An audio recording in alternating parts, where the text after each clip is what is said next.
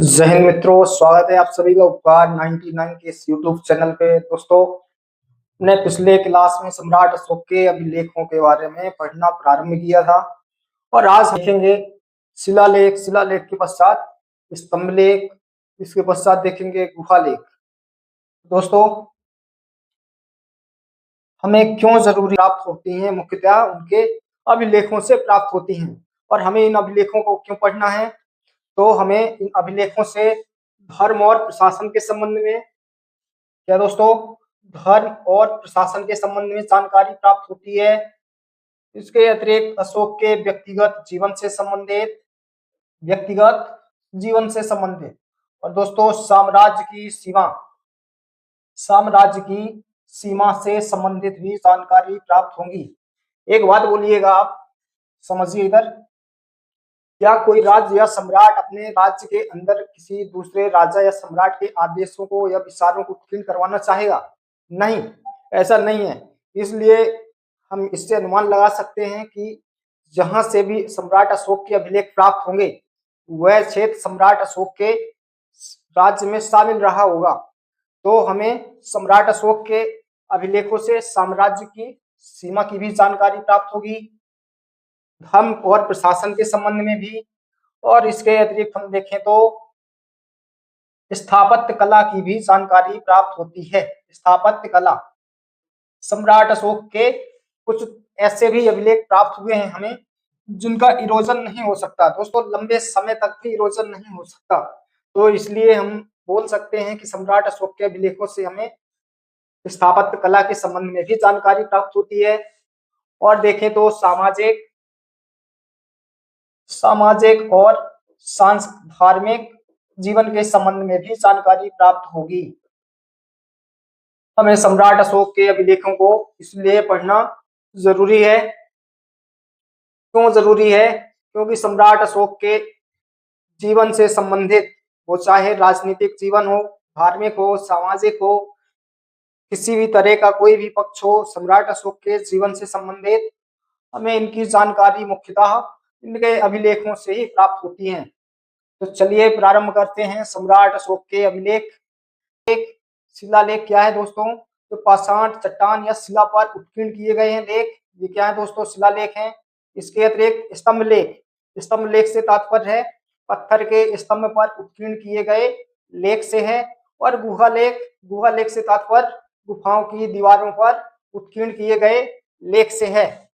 हम अशोक के अभिलेखों को 3 भागों में डिवाइड करेंगे: शिलालेख, स्तंभ लेख और लघु लेख। हम पुनः शिलालेख को 2 भागों में डिवाइड करेंगे: बृहत शिलालेख, लघु शिलालेख। और स्तंभ लेख को भी 2 भागों में डिवाइड करेंगे: बृहद स्तंभ लेख, लघु स्तंभ लेख। और दोस्तों, तीसरा अभिलेख क्या है? तो गुहा लेख है। गुहा अर्थात गुफाओं की दीवारों पर लिखे गए लेख। तो हम बात करते हैं बृहद शिलालेख के संबंध में। तो बृहद शिलालेख सम्राट अशोक के 14 लेखों का समूह है जो कि 8 भिन्न भिन्न जगहों से प्राप्त हुए हैं। कैसे 14 समूह? तो देखेंगे, मान लो सहबाजगढ़ी से प्राप्त हुआ, मानसेरा, कालसी, सुपारा, गिरिनार, धौली, चौगट, एरीगुड़ी, ये 8 जगह हैं, 8 भिन्न भिन्न जगह हैं। तो प्रत्येक जगह पर जो लेख लिखे होंगे ना मित्रों, तो 14 लेख लिखे होंगे इस तरह: 1 2 3 4 5 6 7 8 9 10 11 12 13 14। 14 लेख इसमें होंगे, 14 इसी में होंगे, 14 इसमें भी लिखे होंगे, 14 इसमें भी लिखे होंगे। जो बृहद शिलालेख हैं, 14 लेखों का एक समूह है जो कि 8 भिन्न भिन्न जगहों से प्राप्त हुए। जैसे शहबाजगढ़ी और मानसेरा, ये पाकिस्तान में है। कहाँ है? पाकिस्तान में। कालसी, ये मित्रों उत्तराखंड में है, भारत में ही है, उत्तराखंड में। सुपारा, ये अभी महाराष्ट्र में है। और गिरिनार, ये गुजरात में। धौली और चौगट, ये उड़ीसा में है। इसके अतिरिक्त एरीगुड़ी, ये आंध्र प्रदेश में है। तो बृहद शिलालेख क्या है? तो सम्राट अशोक के 14 लेखों का समूह है जो 8 भिन्न भिन्न जगहों से प्राप्त हुए हैं। ये 8 जगह क्या हैं? तो शहबाजगढ़ी, मानसेरा, ये पाकिस्तान में है। कालसी हो गया, सोपारा, जोगाट और गिरिनार और एरीगुड़ी। तो प्रत्येक जगह से जो 14 लेख प्राप्त हुए हैं, ये क्या है दोस्तों? तो ये बृहद शिलालेख है। मान लो मानसेरा में भी 14 लेख लिखे होंगे, शहबाजगढ़ी में भी 14 लेख हैं, कालसी में भी 14 लेख हैं, सुपारा में भी 14 लेख होंगे, गिरनार में भी 14 लेख हैं। और हमें बृहद शिलालेख के माध्यम से इनके मुख्यतः प्रशासन और धर्म से संबंधित जानकारी प्राप्त होगी। तो पूछता है एग्जाम में, धर्म और प्रशासन से के संबंध में जानकारी प्राप्त होगी। और इसी क्रम में हम देखें तो हमें कितने लेख पढ़ना है दोस्तों, तो 14 लेख पढ़ने। प्रथम लेख के संबंध में देखें तो पशु हत्या पर निषेध है, और या फिर इसको बोल सकते हैं अहिंसा पर बल दिया गया है। इस लेख में दोस्तों उत्कीर्ण है कि सम्राट अशोक ने लिखा है कि जब यह लेख लिखते समय पर इस समय राज्य में प्रतिदिन 2 मोर और 1 मृग की हत्या की जाती थी या बलि दी जाती थी। और इसमें यह भी उत्कीर्ण है कि आप भविष्य में इन दोनों की भी हत्या या बलि को हत्या पर निषेध कर दिया जाएगा। और द्वितीय लेख के संबंध में देखें तो हमें लोक कल्याण और पशु चिकित्सा का प्रबंधन देखने को मिलता है। साथ ही हमें इस लेख में दक्षिण के राज्यों जैसे चेर, पांड्य, केरलपुत्र, सातीपुत्र का भी उल्लेख देखने को मिलता है, लेकिन हमें चोल राजवंश का उल्लेख नहीं मिलता। याद रखिएगा, एग्जाम में ये नहीं पूछा जाएगा कि किन किन का उल्लेख है, तो हमें दक्षिण के चोल राजवंश का उल्लेख नहीं प्राप्त होता। कहां पर दोस्तों, तो दूसरे बृहद शिलालेख में। तो प्रथम लेख में पशु हत्या पर निषेध या अहिंसा पर बल दिया गया है, और दूसरे बृहद शिलालेख में चिकित्सा का प्रबंधन या लोक कल्याणकारी राज्य और दक्षिण के राज्यों चेर, पांड्य, केरलपुत्र और सारीपुत्र का उल्लेख किया गया, लेकिन चोल राजवंश का उल्लेख नहीं किया गया है। इसी क्रम में तृतीय लेख देखें तो इसमें कहा गया है या उत्कीर्ण है कि सम्राट अशोक ने प्रादेशिक, रज्जुक और युक्ति नामक 3 अधिकारियों की नियुक्ति की, और जो कि राज्य में प्रत्येक 5वें वर्ष में दौरा करेंगे पूरे राज्य का, और जनता की समस्याओं का निराकरण करेंगे, उनके कल्याण के लिए, सुख शांति के लिए काम करेंगे। जबकि तक्षशिला और उज्जैन में ये अधिकारी प्रादेशिक, रज्जुक और युक्ति प्रत्येक 3 वर्ष में दौरा करेंगे। प्रत्येक 3 वर्ष में कहां पर, तो तक्षशिला और उज्जैन का। जबकि पूरे राज्य के प्रांतों में प्रत्येक 5 वर्ष में दौरा करेंगे। क्यों करेंगे, जनता के कल्याण के लिए काम करेंगे, जनता की सुख शांति के लिए, और यदि कोई समस्या हो जनता की तो उसका निराकरण भी करेगा। चतुर्थ लेख में इसी क्रम में हम देखें तो हमें उठेरी घोष धम्म घोष में परिवर्तित हो गया। अर्थात में देखें तो हमें जानकारी प्राप्त होती है, या 5वें लेख में उत्कीर्ण है कि राज्याभिषेक के 13वें वर्ष सम्राट अशोक ने धम्म महामात्र की नियुक्ति की, जिसका काम है राज्य में दौरा करेगा और जनता के कल्याण के लिए और धर्म प्रचार प्रसार का भी काम करेगा। छठे लेख में देखें तो चुस्त प्रशासन की बात करता है। चुस्त प्रशासन में कैसा, तो सम्राट अशोक ने गुप्तचरों को इतना अधिकार दिया है कि वह चाहे कहीं भी हो, बाग में हो, बगीचे में हो, या बेडरूम में हो, संडास में हो, कहीं भी हो, कभी भी किसी भी समय गुप्तचर आकर राजा से मिल सकते हैं और प्रजा का हाल सुना सकते हैं। तो हमें 6वें अभिलेख में चुस्त प्रशासन की बात कही गई है।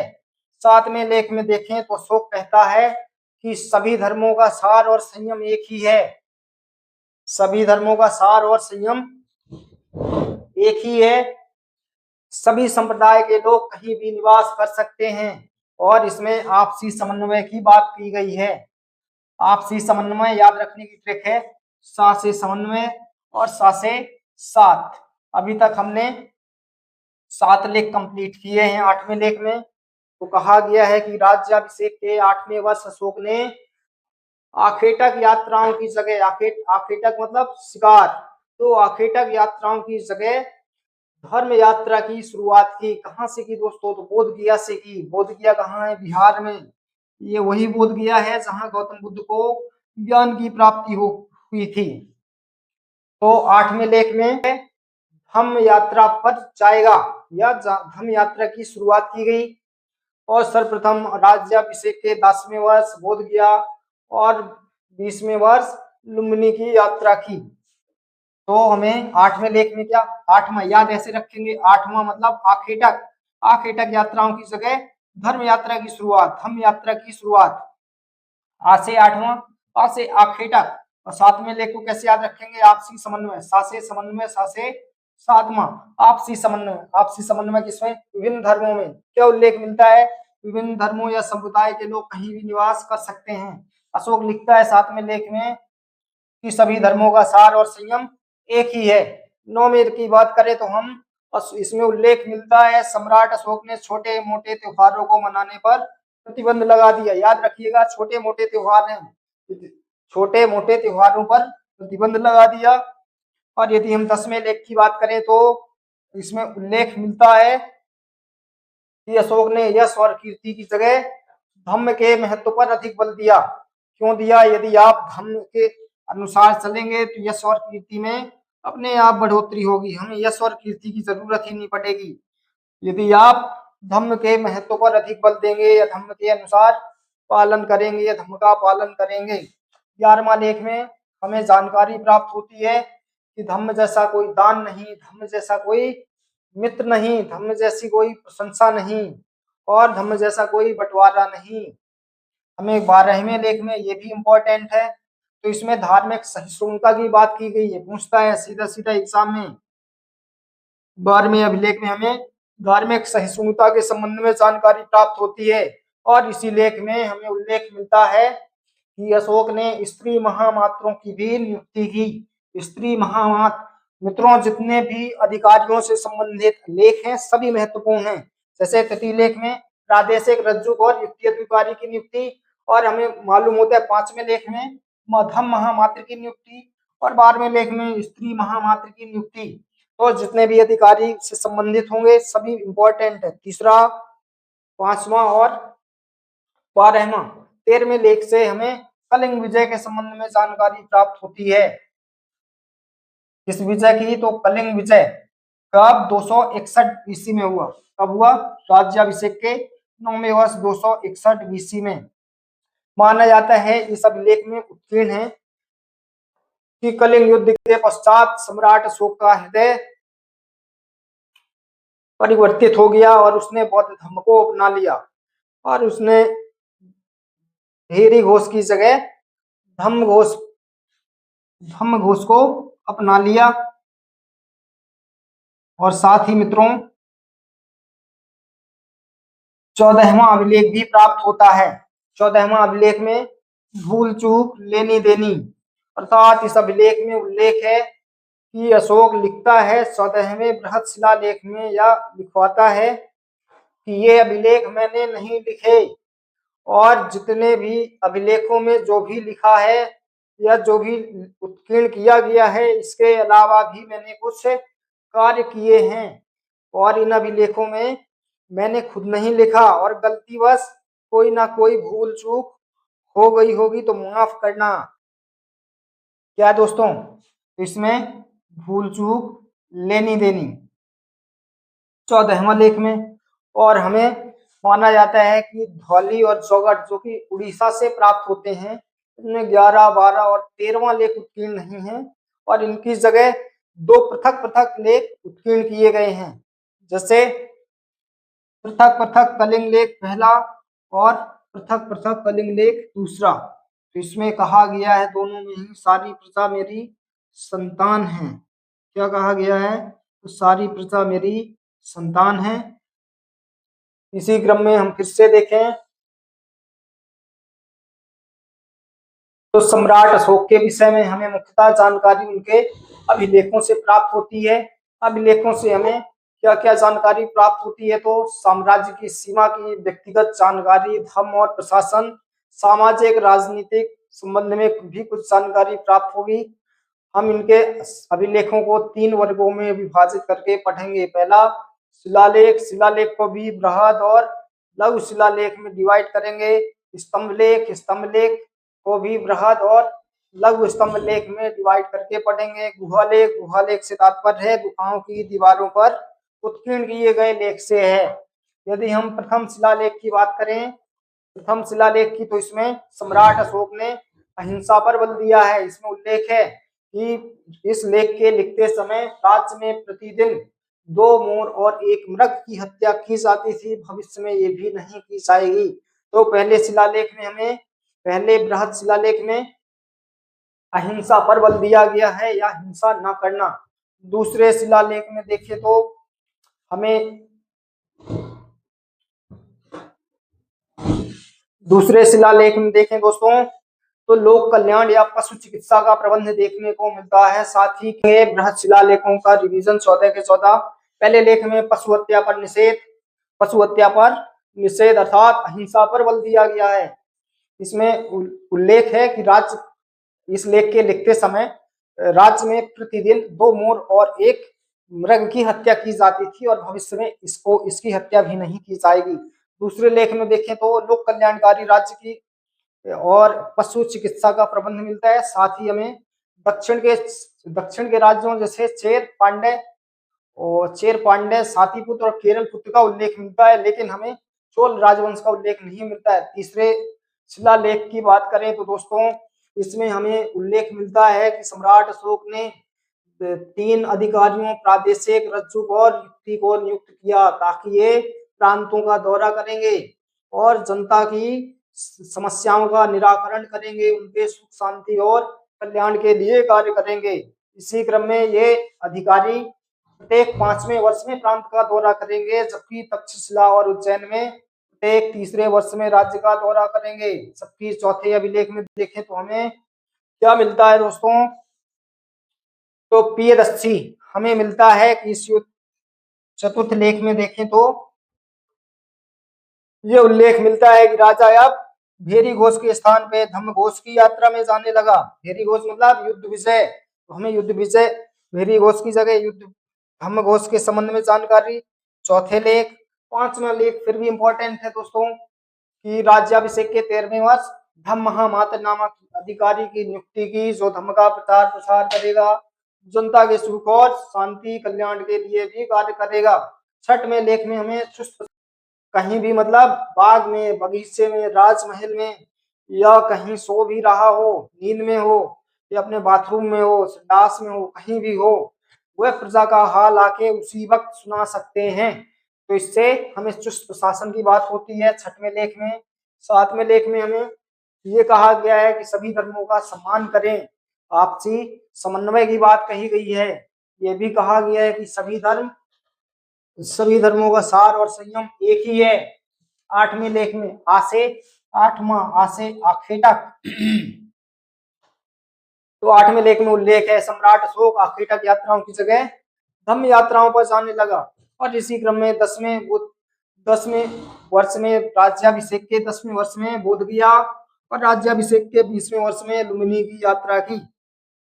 और 9वें में उल्लेख है कि इसने छोटे मोटे त्योहारों पर प्रतिबंध लगा दिया। 10वें लेख की बात करें तो दोस्तों हमें यह जानकारी प्राप्त होती है कि सम्राट अशोक ने धम्म के महत्व पर अधिक बल दिया, यश और कीर्ति की जगह। 11वें लेख में उल्लेख मिलता है कि धर्म जैसा कोई दान नहीं, धर्म जैसा कोई बंटवारा नहीं, धर्म जैसा कोई प्रशंसा नहीं, धर्म जैसी कोई मिथ्या नहीं, कुल मिलाकर धर्म को महत्व दिया गया है।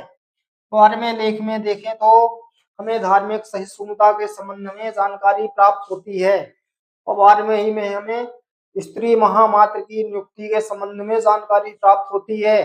दोस्तों 13वें लेख में हमें राज्याभिषेक के 9वें वर्ष कलिंग विजय के संबंध में जानकारी प्राप्त होती है। माना जाता है इस लेख में उत्कीर्ण है कि सम्राट अशोक का हृदय परिवर्तित हो गया और उसने अब भेरी घोष के स्थान पर धम्म घोष की अपना लिया। और देखें तो 14वें लेख में ये भी उत्कीर्ण मिलता है क्या दोस्तों, तो भूल चूक लेनी देनी। इस लेख में सम्राट अशोक लिखवाता है कि मैंने इन सभी के अतिरिक्त भी कुछ कार्य किए हैं और ये इसमें जो लिखा गया है ये लेख मैंने नहीं लिखे, अधिकारियों ने लिखे हैं, तो इसमें भूलें हो सकती हैं तो मुझे माफ करना, अर्थात भूल चूक लेनी देनी। और इसके अतिरिक्त दोस्तों हमें धौली और चौगट जो कि उड़ीसा से प्राप्त होते हैं, इसमें 11, 12 और 13 लेख उत्कीर्ण नहीं है। 13, 11, 12 और 13 लेख उत्कीर्ण हैं भाई। हर जगह पे कितने हैं? 14 लेख उत्कीर्ण किए गए हैं। और ये धौली और चौगट, ये धौली और चौगट, यहाँ पर 11, 12, 13 3 लेख